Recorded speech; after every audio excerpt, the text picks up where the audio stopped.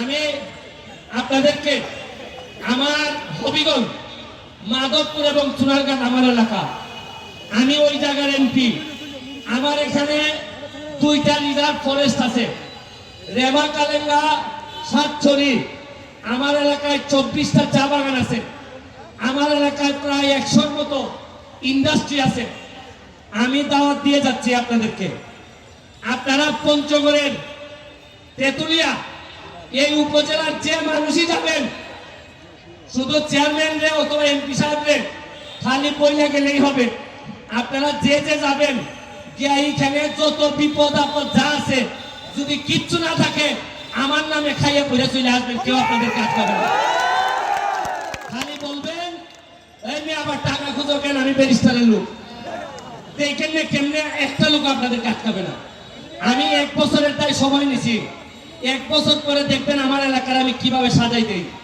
আমি মুক্তা ভাইরে অনুরোধ করব, মুক্তা ভাই আপনি আমার এলাকায় আসেন, দেখেন আমি আপনার এলাকা দেখে গেলাম, আপনি আমার এলাকা দেখে যে সব জায়গায় উন্নতি করলে আপনাদের মনে জায়গা নেওয়া যাবে।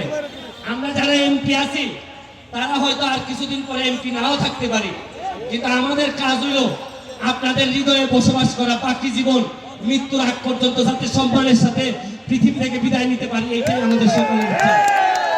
আর এখন তরুণ যারা আছে, আমারে হাত তুলে একটা কথা দিতে হবে, আমার ঘামের মূল্যের বিনিময়ে কথা দিতে হবে। আপনারা বলেন আপনারা পড়াশোনা করবেন কিনা? পড়াশোনা করার কারণে আজকে আমি ব্যারিস্টার হয়েছি, ব্যারিস্টার হয়ে আজকে আমি এত দূর আসছি। আপনারা আবার হাত তোলা বলেন যে কথা পড়াশোনা করবেন কিনা বলেন, মাদক থেকে দূরে থাকবেন কিনা বলেন আপনারা। আমি আমারে যদি সামান্য ভালোবেসে থাকেন, আমারে যদি সামান্য আমার প্রতি আপনাদের যদি করুণা হয়, যে এই লোকটা সারাদিন ঘুরে বেড়ায়, শুনেন কতদিন বাঁচবো আর আমি জানি না, আমার যে শত্রু তাতে আমি কতদিন বাঁচবো তাও জানি না, তবে মৃত্যুর আগ পর্যন্ত আপনাদের হৃদয়ে আপনাদের দোয়া নিয়েই বেঁচে থাকতে চাই।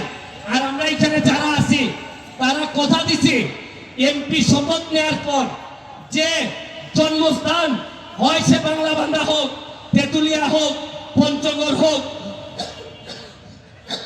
সৈয়দপুর হোক, যে জন্মস্থান আমরা পাইছি রিজাইন করার আগে অথবা এমপি থেকে যাওয়ার আগে এর চেয়ে ভালো জন্মস্থান আমরা রেখে যেতে চাই। এটা আমাদের শপথ, এটা আমরা অবশ্যই পালন করব।